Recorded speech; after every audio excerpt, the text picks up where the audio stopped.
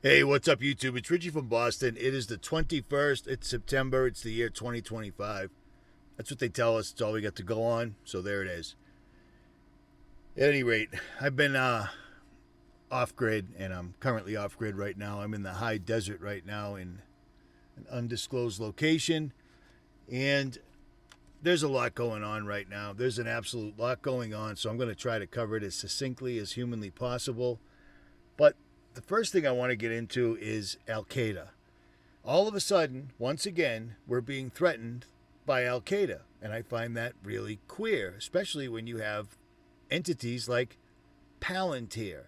You've probably heard the name Palantir tossed around in tech circles, finance headlines, or political debates. But ask 10 people what Palantir actually does, and you'll likely get 10 different answers. Some say it's a government spy tool, others call it a data company, and a few claim it's the most powerful AI company you've never used. Here's the truth. Palantir isn't building apps or gadgets. It builds platforms that make sense of massive amounts of data used by the military, hospitals, Fortune 500 companies, and intelligence agencies alike. They're not just helping people collect data. They're helping them decide what to do with it. And in a world that runs on data, that's a lot of power. So let's ask the real question. Do you think a company like this should have so much control over the decisions that shape society? So everything we know has led us to believe that Palantir is watching everybody at all times. Palantir is being used by Israel against the Palestinians in that theater of war right now. Palantir is being used in Ukraine against Russia right now.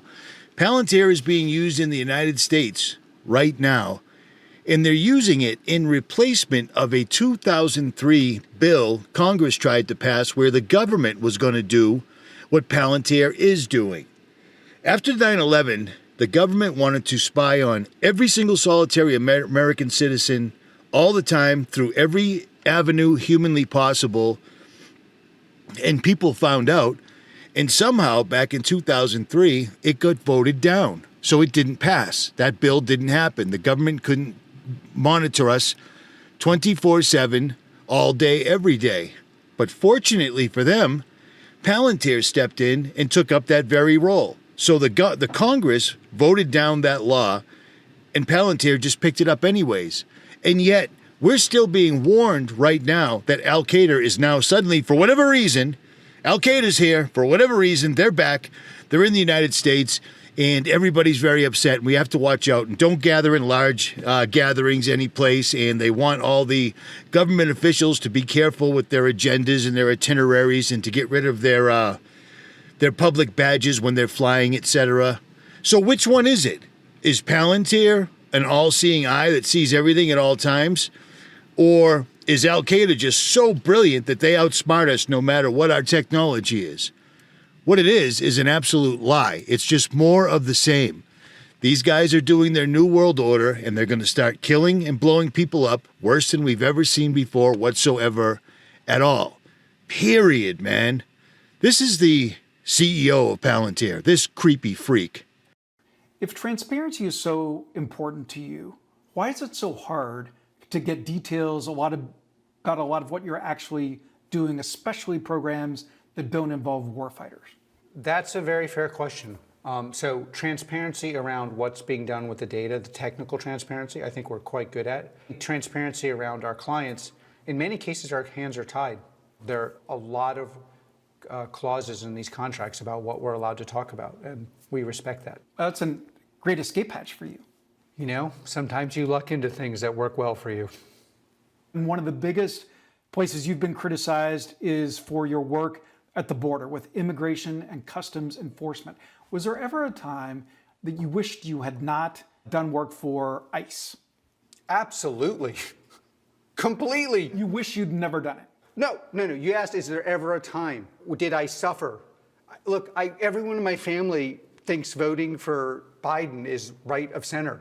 I've had some of my favorite employees leave. Over ICE? Over ICE. I had people protesting me, some of whom I think asked really legitimate questions. I have asked myself, if I were younger at college, would I be protesting me? It sounds like yes. What is their most valid criticism?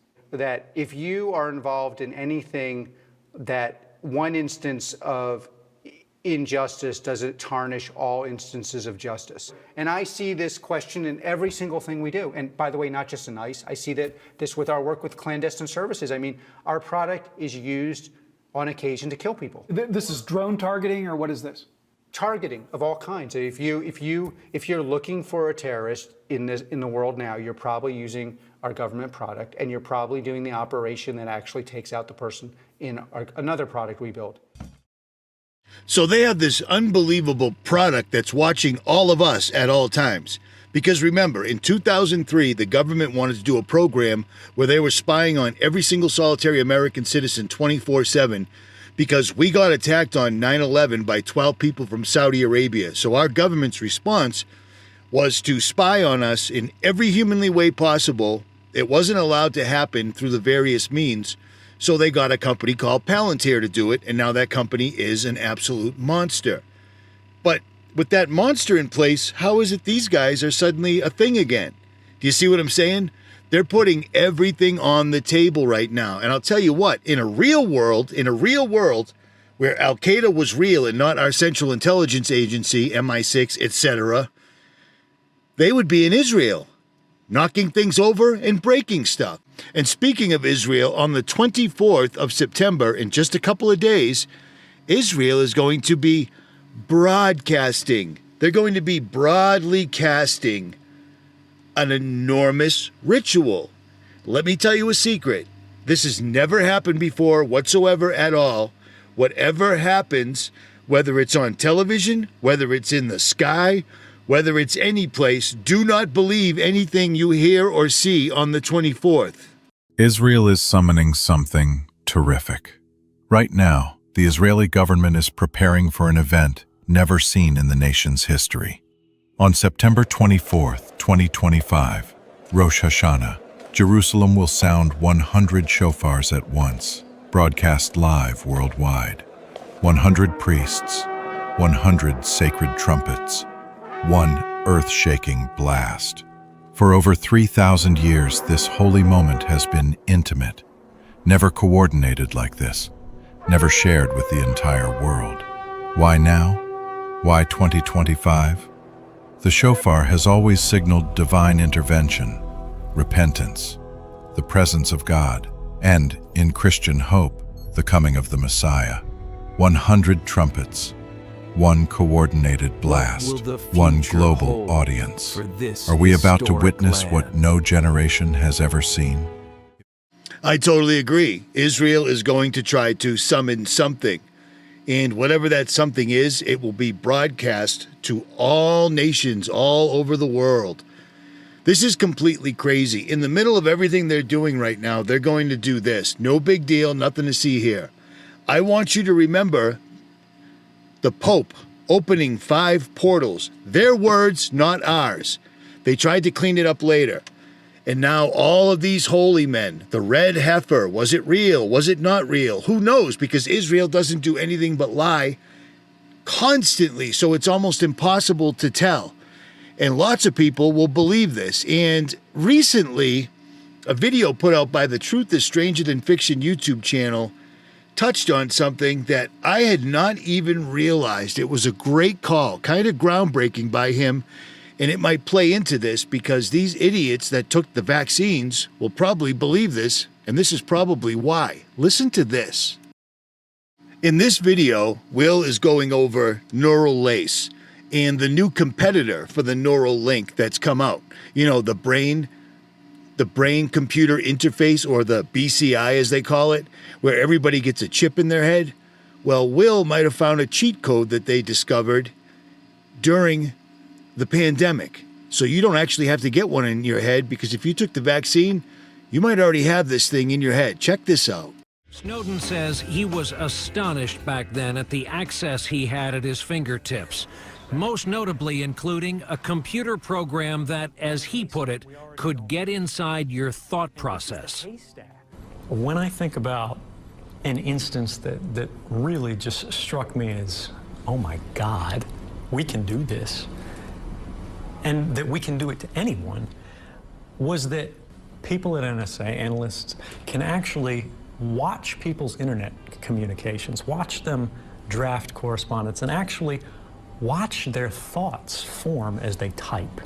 As you write a message, you know, an analyst at the NSA or any other service out there that's using this kind of attack against people can actually see you write sentences and then backspace over your mistakes and then change the words and then kind of pause and think about what you wanted to say and then change it.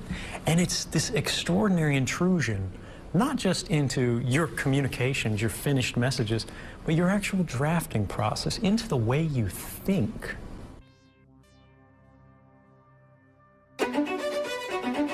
What if we could bridge the gap between the human mind and computers?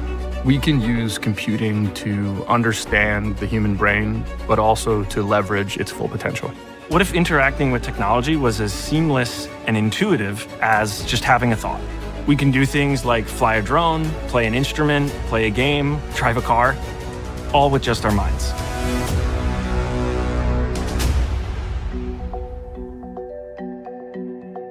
OpenBCI stands for Open Source Brain-Computer Interface. We create open source tools for biosensing and neuroscience. We turned to Lenovo and AMD to give us the computing power we need to create these groundbreaking tools. At OpenBCI, we're integrating state-of-the-art neurotechnology with artificial intelligence and wearable computing.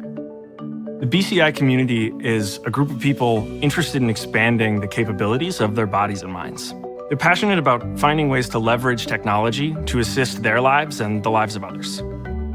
We started OpenBCI to lower the barrier to entry for brain-computer interfacing, and we did so with the hopes that our approach would allow for the technology to be adopted into the consumer landscape in an ethical and equitable way.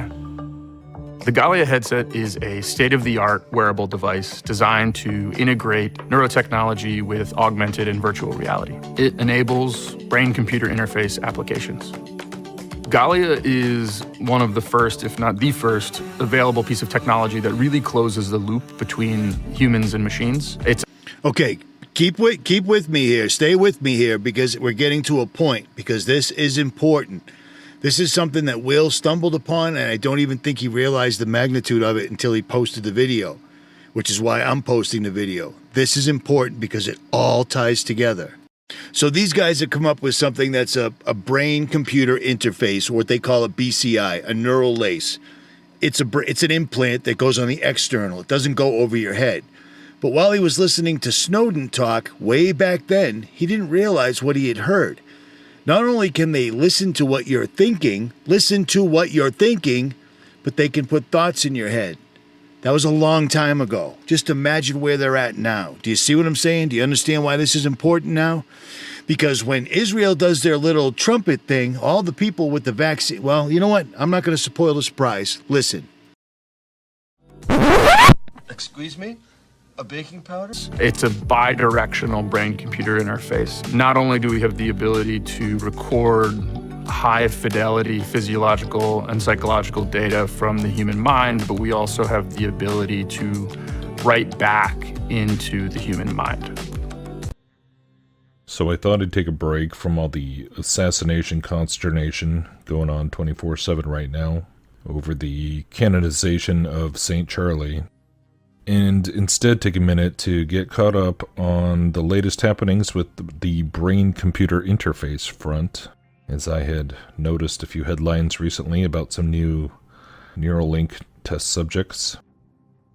And in the course of doing that, I came across that Snowden clip from 2014 that I'm sure I had heard at one point, since I'm pretty sure I watched that entire interview, but I guess I'd forgot about that part, or at least it hits a little differently now since BCI and remotely reading people's brain signals certainly felt a lot more like lofty science fiction type stuff back in 2014 than it does today. Because now, not only do we have Neuralink, which most folks are familiar with, but now we have Zuckerberg and Meta. They've been investing in the BCI space along with Sam Altman and OpenAI as well, getting in on the action, and I'll share some updates on that in a bit.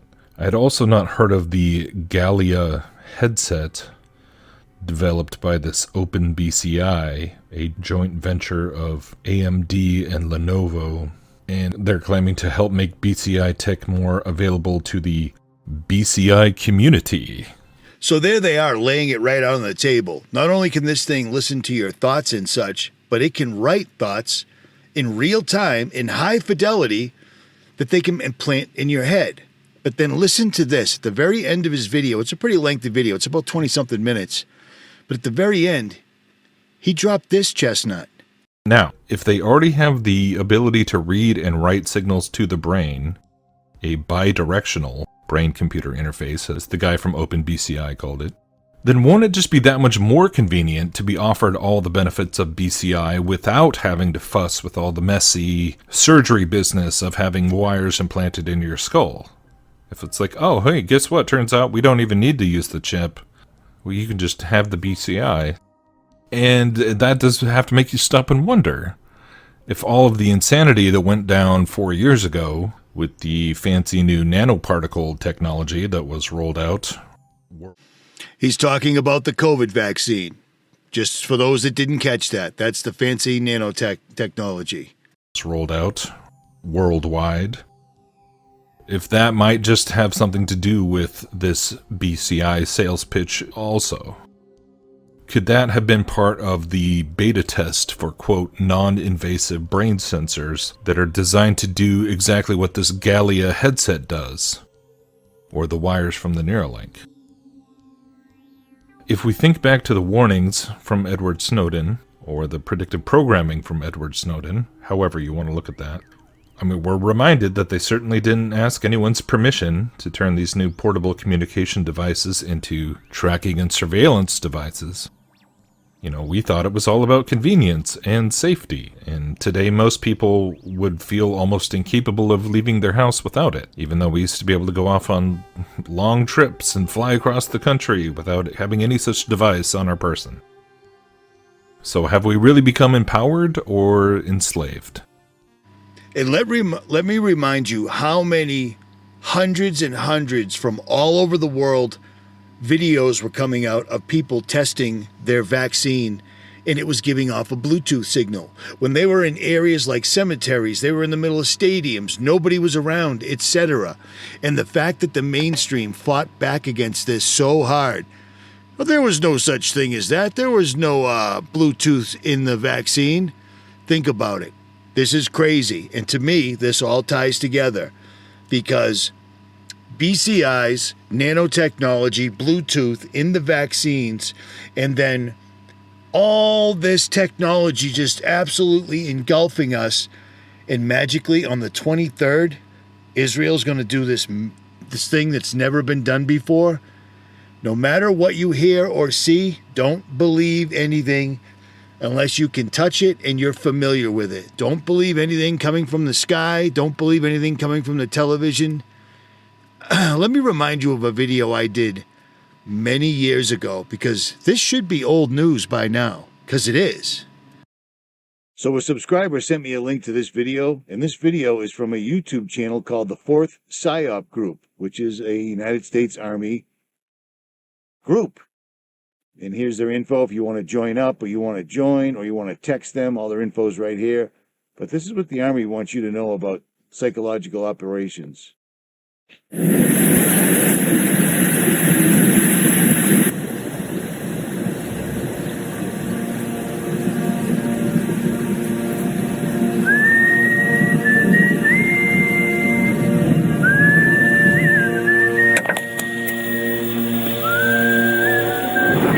As the world watches and listens in horror, the peaceful pro-democracy demonstration in China comes to a violent and bloody end. Mr. Gorbachev, tear down this wall.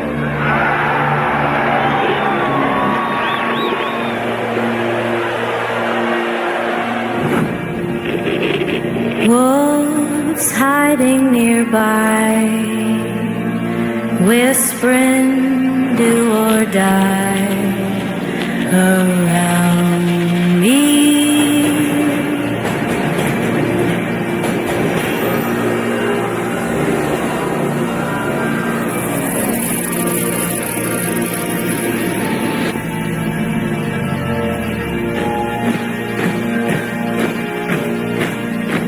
You say your last goodnight.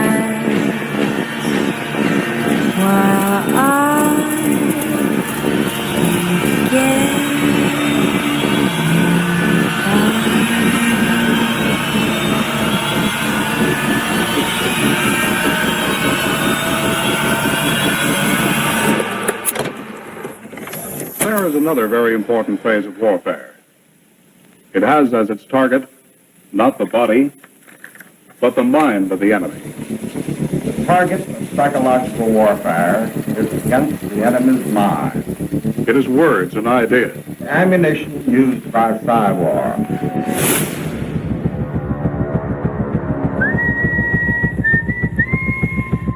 Its mission is to influence the thoughts of the enemy soldier, and at the same time is expected and encouraged to study foreign languages and the social sciences such as history, economics, and sociology. He must have a broad and sympathetic understanding of all phases of human experience. Gripping at my skin, the walls of night closing. But the use of this force as an integral part of combat has now taken on new form. As I wait to say my last goodbye.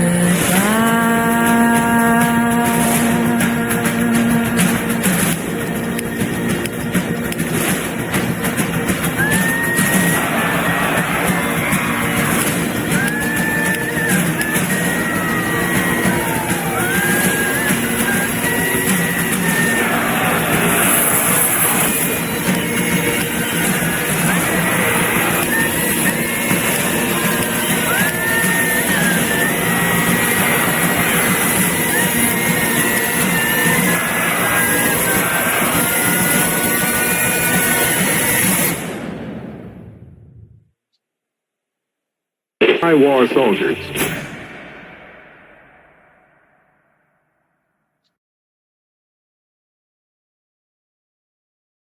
That was pretty in your face, wasn't it?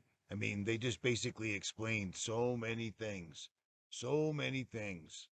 Hollywood, war, your computer, television, etc. Who's pulling the strings? Well, I have a good idea. Good going to happen. I really believe that. There's something very good going to happen. We have to get back. So think of it in this horrible period, this horrible, dark period where this monster came and worked its horrible, horrible spell over the world. 184 countries as of this morning. 184 countries. Something good going to happen. I really believe that. Now, I'm currently recording this from the back of my truck right now, so I'm going to expand on this video at a later time. But check this out.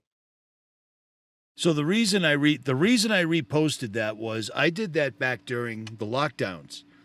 The U.S. Army PsyOps Division put up their own YouTube channel. That's how ballsy they are.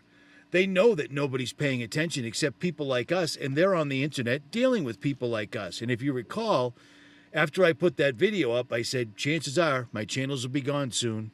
And they were. So for those that don't understand, we have psychological operations being used against us at all times. The fact that they're telling us that the bullet didn't have an exit wound on Charlie Kirk was because the coroner said he was like a Superman. His bone density was so thick that it was amazing, and it stopped the bullet. A human being, two human beings, three 220-pound men standing chest to back, could not stop an 8mm Mauser bullet or a 30-06 bullet. It'll take down 2 moose or 2 elk. It's an enormous bullet. The only way any of that thing works is if it's the way I originally said it. It ricocheted off his chest armor and grazed his neck. Or I'm starting to believe it was just all smoke and mirrors, but we'll never know, and it doesn't matter. It's astonishing how they're using this so bad against humanity to split us even further. It's astonishing. At any rate, Richie from Boston, I am telling you, get your money out of the bank, turn it into gold and silver. No matter what, they're going to steal your money. That's all they've been doing since Trump has been in office. Biden set it up so that we could have all these problems, and then Trump is just letting all his billionaire friends in, and they are raping the country. Get your money out of the bank and have them send you it gold and silver to your house. I'm out.